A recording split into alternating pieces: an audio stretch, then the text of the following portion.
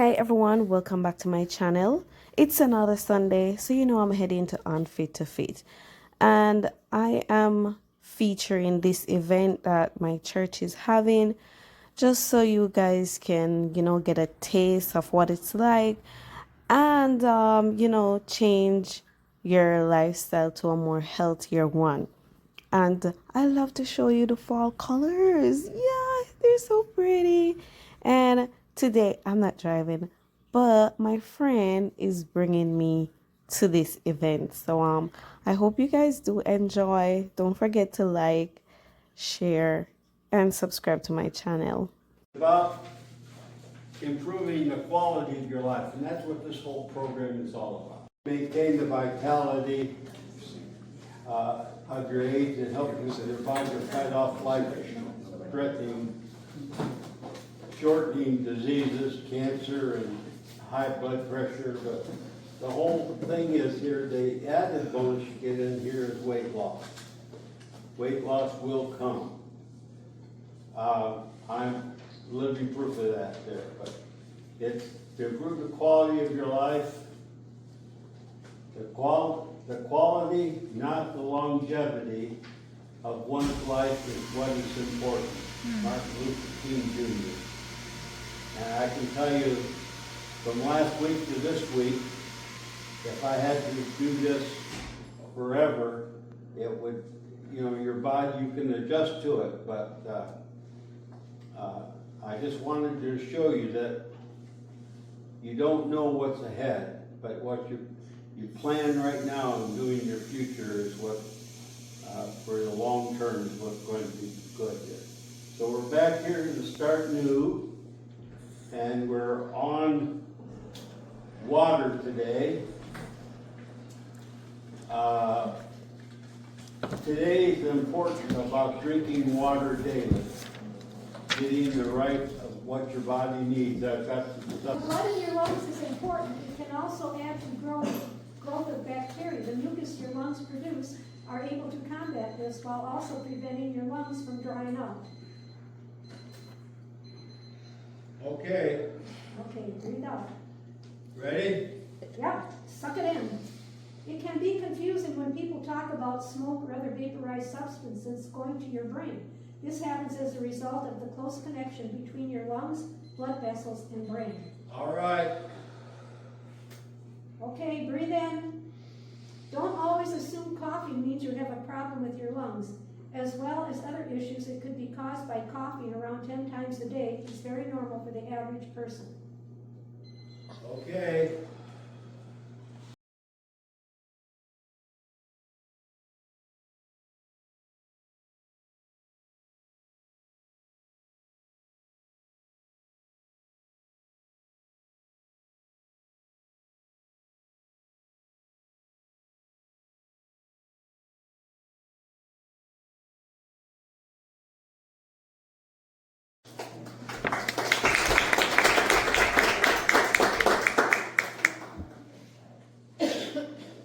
So good afternoon. I'll try to speak loud enough. If you have trouble hearing me, just kind of raise your hand and I'll try to turn up the volume a little bit.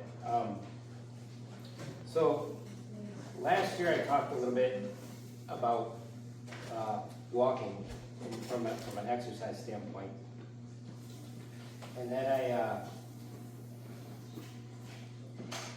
started looking at some more specific issues related to walking and why we continue to recommend that to a lot of folks and why we should be involved in that and engaging in that. And so a lot of questions surrounding that, and I came up with a dozen different reasons why we should be walking.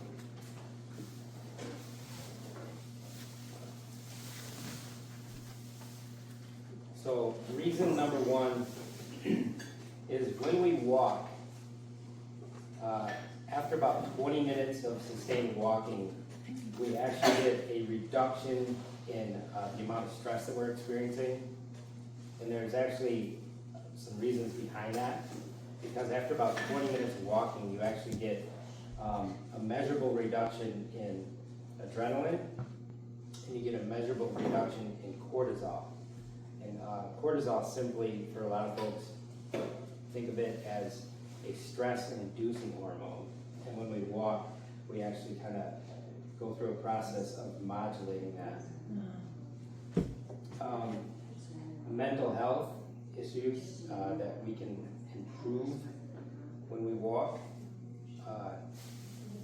When you walk, you can reduce stress and, in essence, give yourself some time to have a clear thought process and increase productivity, increased creativity. Just a little side note. From history, when dignitaries from other countries would come to visit us in the United States, and they would come to visit President Roosevelt, Theodore Roosevelt, he didn't often bring them into meetings. He would take them on a hike or a walk, and that's how they would hash out some of their concerns, which I thought was kind of cool. Third thing that can benefit us from walking is it can help improve our mood.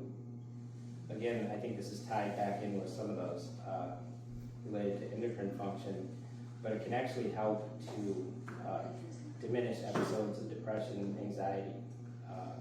So it can really help with our mood, especially if you go out and walk on a day like today. There's actually changes that take place at the cellular level. So if you remember back from kind of introductory to biology, and they talk about the cell, they talk about the presence of the mitochondria, which is often referred to as the powerhouse of the cell. There's been some pretty solid research indicating that routine exercise, including walking, increases the quality of the mitochondria as well as the efficiency and function of that at the cellular level. So we get some improvement even at that level, which has a carryover effect. Here's something I read about, which I didn't know much about, still don't know much about, but it is interesting. You hear people talk about like the microbiome of our gut and how that is getting a little bit more attention, a little bit more thought process on that. Apparently, there's some pretty solid evidence that regular exercise, including routine walking, increases the microbiome diversity, which has potential to improve the digestive process, improve our rate of metabolism, and pretty solid evidence that it gives us a boost for our immune function.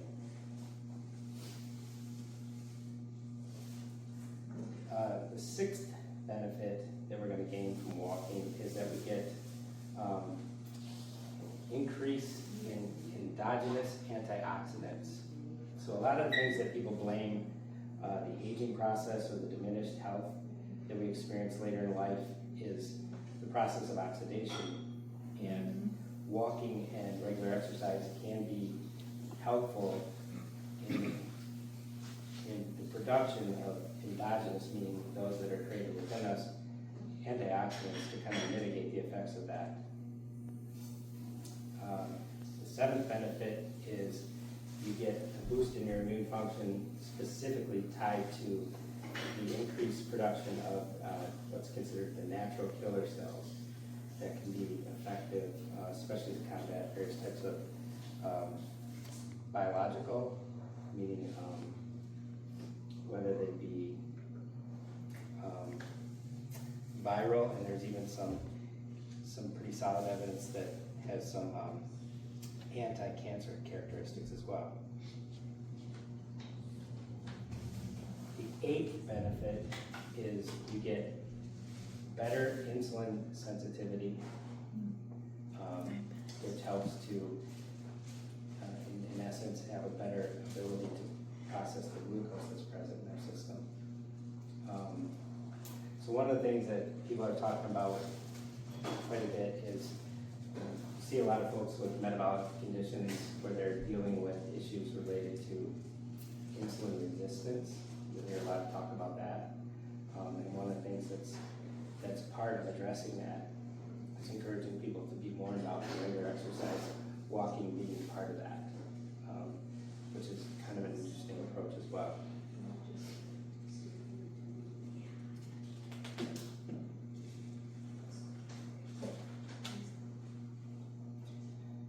kind of leads into another portion, which was a lot of times people engage in exercise, walking specifically, as this is kind of interesting, that you actually start to get improvement in the oxygen transport into your tissues, that you actually get some increased efficiency in the delivery of oxygen to the tissues, which happens through exercise, and walking is an example of that. There's a little bit of mention in terms of improvement of bone density, improvements increased while walking, being that it is considered a weight-bearing activity, weight-bearing exercise. A little bit more emphasis on, a little bit more discussion with folks on bone density as it relates to prevention of fractures, especially later in life, and kind of staving off the process of osteopenia and osteoporosis. And that's something that walking can help with as well. There's some pretty early research into perhaps walking can actually improve our vision. And the theory behind that is that we're coming back to that discussion on the insulin sensitivity. And if you have issues with insulin sensitivity, oftentimes you'll hear people talk about conditions like peripheral neuropathy, which can be tied to that as well. And then small vessel disease related to the eyes. So there's some thought that really encouraging prolonged activity, walking being an example of that, may in turn help to stave off the condition of the peripheral neuropathy, as well as we may have some vision benefits from that as well. I'll get a recipe for this. And on the other side, you also got a recipe for skinny, chunky monkey cookies. And today you'll also get a recipe of my husband's French bread. Okay. So you're going to use, the recipe calls for 2 ripe avocados. I'm using 4 because I'm doing a double recipe. So when it calls for cocoa powder, 1/4 cup of cocoa powder, for here is a 1/2 cup. There's only 4 avocados in there? 4 avocados. That looks like so many more. Must be big ones. In here, I got mixed the milk, vanilla, salt, maple syrup for the sweetener, and I use almond milk.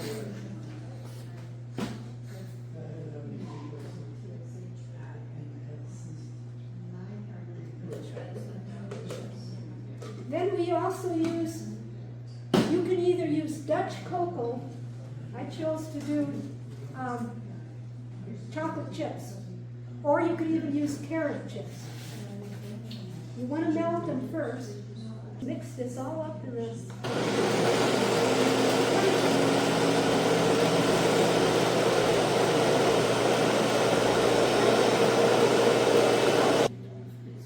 Isn't that a free price?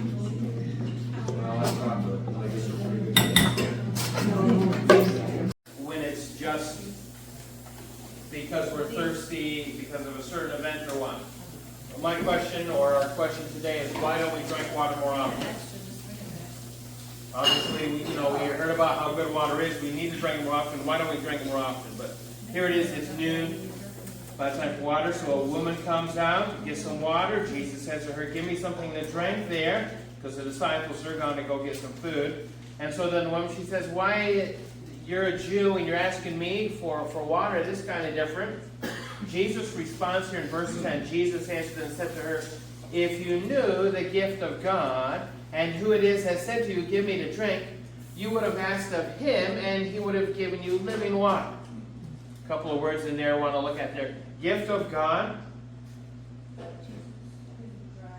We got some different ideas for what that is. In the Middle East these days, they use the word gift of God and they use it to refer to water. I mean, the Middle East, a lot of that's desert territory, right? So water, they say water, that is the gift of God. And so here he says this word, gift of God. So thinking about water in some ways, but ultimately, who's the real gift of God? It's Jesus. All right, so the real gift of God there is Jesus. But he's using the 2 words back and forth, water, because because water is super important. We've heard about that today. Water is super important, need that. But the question is, do we really appreciate water? Or do we say, well, water is good, I should drink more water. It doesn't taste as good as cream soda, but, water is good. Right? No, do we really appreciate how good water is? Mike at the beginning talked about many of the benefits of water, many of the good things about water, how good it is for our system, but do we appreciate how good it really is? What it does for us, how good it is for our system? And then the same question applies then to Jesus, of course. Do we really appreciate Jesus? Or do we just say, I get water when I'm thirsty because the day was hot, and I get Jesus when, I had a hard day and when things were difficult, right? Mm-hmm. Or do we really appreciate it and say, hey, I need water every day, a lot, multiple times if you're going to drink the recommended amount? It's like, okay, that's not going to be in one sitting, right? And that's going to have to be multiple times throughout the day, taking quite a bit of it. Should be the same thing with Jesus. Not just, at the, one sitting, I'll get a couple minutes with Jesus, I'll be all set. We're going to need quite a bit of him throughout the day. Not just when we're tired or when we have a problem. Going down there, then the woman says, well, you have nothing to draw with, and the well's deep, how are you going to get this water? You better than Jacob? And Jesus responds, whoever drinks of this water will thirst again. But whosoever drinks of the water that I will give him shall never thirst. But the water that I will give him shall be in him a well of water springing up to everlasting life. Need water often? How often do we need Jesus? Even more often. Even more often as we need water. We need Jesus on the inside. That's the come. He says the water that I give him will be in him, inside of him, a well. And so it'd be coming up. And need him on the inside. If he's on the inside, then he makes the inside spiritually living, spiritually active, spiritually working, and also coming out as well. So sharing it with other people.